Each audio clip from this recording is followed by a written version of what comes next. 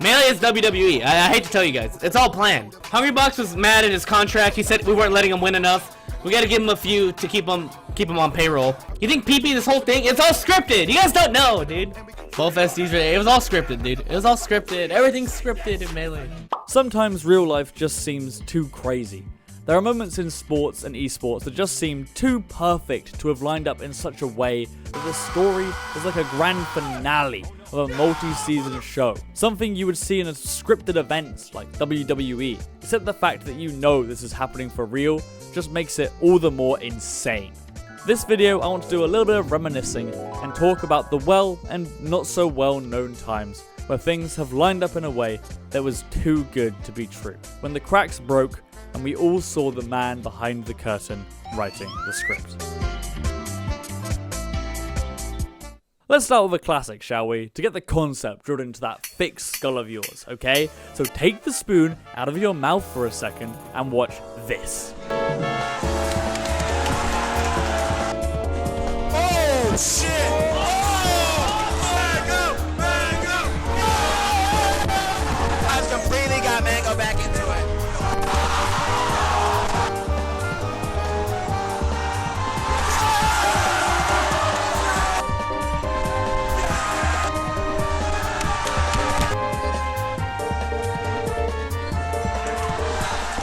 Sorry, that was mean. But that was Genesis 1 Grand Finals, a tournament which at the time had the highest attendance recorded, topping even EVO 2007. Mango managed to win the tournament from losers over the visiting Swede Armada, where he first staked his claim and showed America just how good he was. Words can't describe the feelings that is in this room. Oh! This Grands, along with being the origin of the soundbite, started a great rivalry at this event. 2 years later, Genesis 2 would be held. While it had less attendance, the hype was no less. And after Mango lost in winners to Taj, an unexpected upset, he would go on a crazy losers run, spawning yet another soundbite. I'm pocket controller, dog. I'm pocket controller. Forfeit, my nigga. He forfeits. And once again, meeting Armada in Grands, where they would have a slobber knocker Grand Finals that Armada would take out in Game 5, giving him his big win in America he had been needing. He did it! He did it! After this though, Genesis as a series would go dormant for 5 years. However, when it came back in 2016, people flocked in. The numbers benefiting from the recent smash boom from the Doc and EVO rivaled the numbers of even last year's EVO. And of course, the storyline going into this tournament was, who will win the best of 3? Will Armada or Mango win Genesis 3? And will we, against all odds, get another Mango Armada Grand Finals? Now if you were following Melee at the time, you would know that this might just be wishful thinking. Mango hadn't exactly had a great 2015. His rank dropping to 4th, and a few bad placings, hopes weren't high in the Mango Nation. The odds of Armada winning, however, were pretty hopeful for the world's newest number 1, and the doubters in the end were proven right when Mango lost to Axe in winner's side for top 8, knocking him into losers. However, Mango in losers, as we all know, is a new beast, and he stunted on Plum, crushed Nintendo, 3-0'd PPMD, and all while this is going on, people are watching Armada do his thing, sitting patiently in Grand Finals. Then, Mango reaches H-Box, who've been giving a little trouble recently, but as if written by the script, this is how Game 1 would end. Ooh, you gotta be careful here.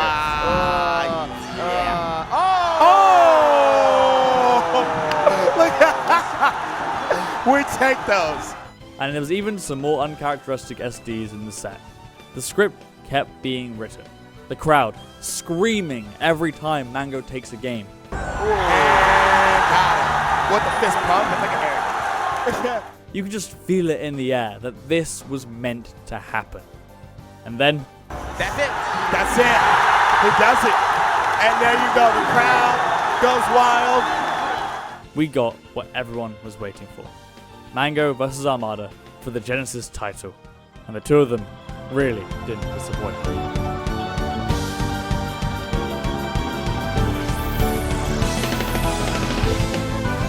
Yeah, he's switching Peach. There we go.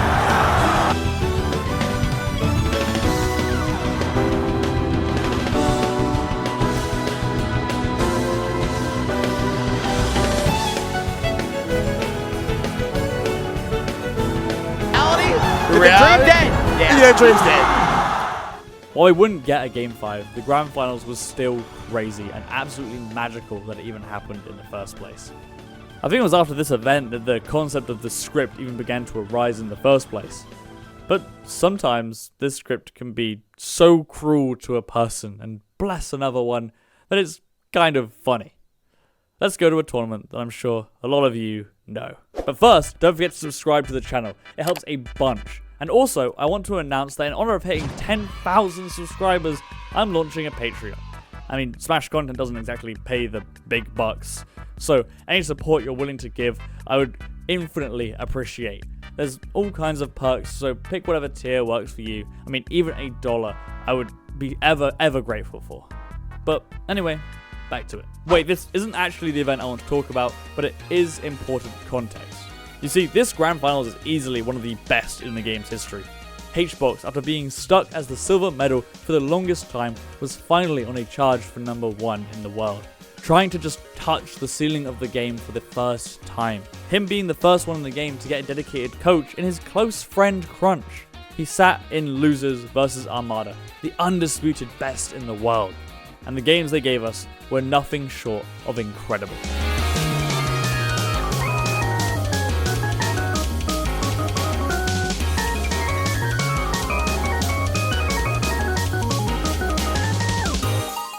A full distance Game 10, especially the end of the first set, is incredibly iconic. The rest heard around the world, as on his last stock, HBox SDIs an up air that would surely kill him, only to make the high percent comeback to reset the bracket, and then win off that. However, this isn't actually the set I want to talk about, as while it was like a script in its own right, what is insane, like the writers were on a strike, the CEO of Melee took over and decided to just redo an old story, was the Grand Finals of GTX 2017. A tournament notable for its stadium viewing area for top 8, and a $30,000 prize pool, which still sits in the top 15 prize pools in Melee's history at the time of this video. And at the time, I think it was in the top 5. So, you know, the players there really wanted to win. We would get to top 8, and Hungrybox would lose to a player that he had been good against all year, dropping him into Losers, while Armada would go on to seal his place in Winners. Then, in another parallel, Hungrybox would go on a very strong Losers run, all the way back to Armada. Again, they sat next to each other on a stage in a large stadium, with HBox coming to take Armada down from Losers. And once again, we would get an incredible Grand Finals.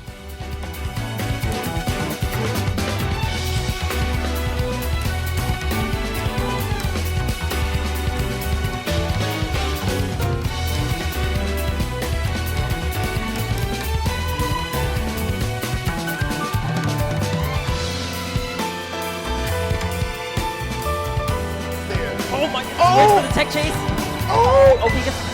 Oh! That might be it. But Randall kind of threw up. But oh my god! He's getting his rolls off the jab. Oh! Set 2 we go. Game 5, Hungrybox clutches out Armada in set 1. Even he can tell what's going on here, and I'm sure while it isn't showing, Armada does too. Then set 2 begins.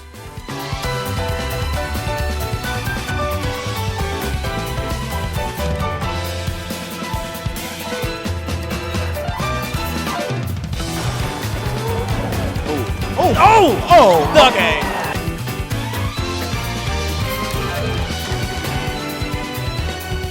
Game 10. HBox is down 2 stocks to 1, but the lead is becoming too high. Any hit on Yoshi's could kill him, but he pulls it back to last stock. Then Armada gets a grab and goes for the up throw up air. HBox hits the SDI and smiles. Even he is in awe at the ridiculousness of the situation, and then the smile fades. He finds an opening, and immediately after, And he gets the and HBox! What? How is he so clutch? I don't know. How is he so I don't know. The ridiculousness of this Grand Finals is astounding. The way it came to be and the way the games played out, as well as HBox's self-awareness at just how similar this situation feels to him, makes this an iconic script moment that I feel no one really talks about enough. However, I have one more scripted moment that I'm sure a lot of you won't even know about, and it's one that has been being written for 10 years. As someone that's been waiting for the next Game of Thrones book, the Windsor Winter for the I now know what it feels like for when that book's gonna come out. Like, oh my god. The end is always so sad. Yeah. You might know Professor Pro, you might not.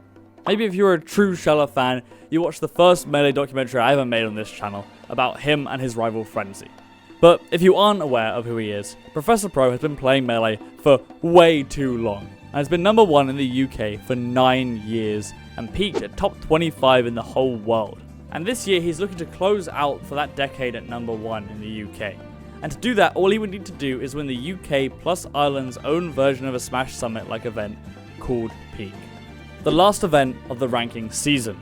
However, unfortunately for him, unlike a lot of his time at number 1, he has a challenger, a Falco main by the name of Frenzy. Now, if you're one of those true fans, you may recognize this story, because yes, much like the previous two, this had happened before. Last year, Frenzy and Prof were even going into the last event of the ranking season. Back then, I called it a once-in-a-decade event, but little did I know I'd be blessed enough to see that happen in just 2 years. Frenzy, who had been gunning for number 1 in the UK for years now, unfortunately fell at the final hurdle at MIF the previous year. This year, he was hoping to change things, because there was something I didn't mention yet, and that's that Peak was set to be Prof's last tournament as an active competitor in Melee. An over a decade-long career and a legacy unlike any players to be over at this event. And so, going into this event, we had the rival and student Frenzy, looking to make sure that he could prove he was deserving of that number 1 seat before the chance to prove that disappeared for good. And the teacher slash grandmaster looking to cement his legacy and make sure that his pupil couldn't just get what he wants so easily. Through the tournament, there were moments where it looked a little shaky for Frenzy, but in the end, they both faced off in winners' finals, as the script entails.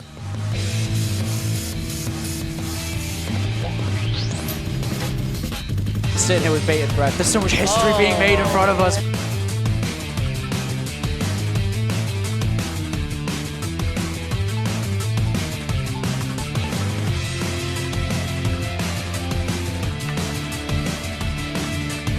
I can't breathe. I've only got noises. Instant double I've only jump. got noises. What was that grab? What? That might have cost him. That grab was so bad. Death smash! Frenzy wins the comeback! After an incredible winner's set, the script wasn't over just yet. Prof had to make his way back to face his friend and rival one last time. Which, I mean...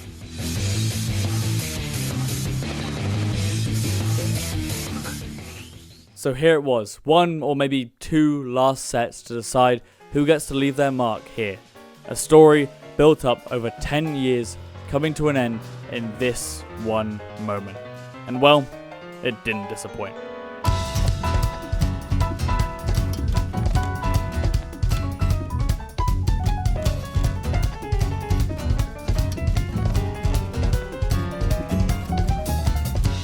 A good SD!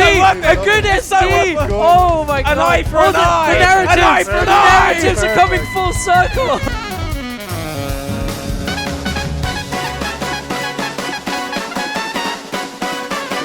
Oh my god! No commitment from... Oh! The top platform and that back end is the reset! A reset, as is only right in a great script. However, Frenzy wanted to make this anticlimactic. It's his final chance. If he finally gets to just put it to bed, end it on that W. Books will be written. Books, Chaler yeah. videos will be made.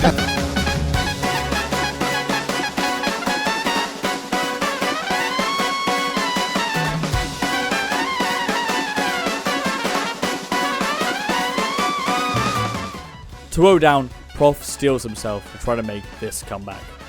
Can Frenzy hold it together to make this moment his?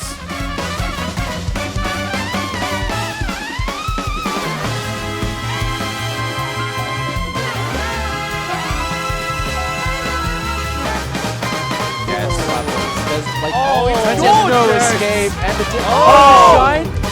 Wow! That's it. Prof takes it. 10, Game 5.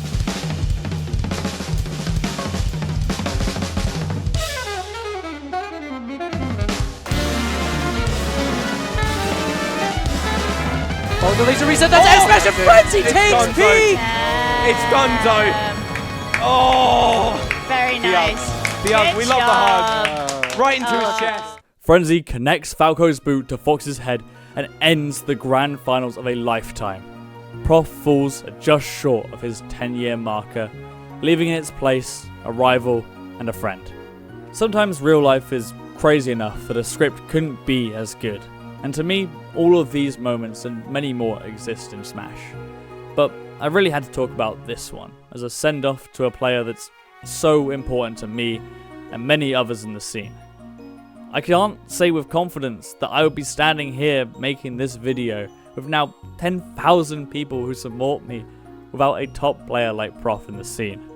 So this is my personal thank you to Prof for all he's done and for letting me take that interview of him and trusting me to make a video about him and Frenzy that would truly start my channel and give me the confidence to do what I've done. So thank you, Prof, and thank you everyone that's watching.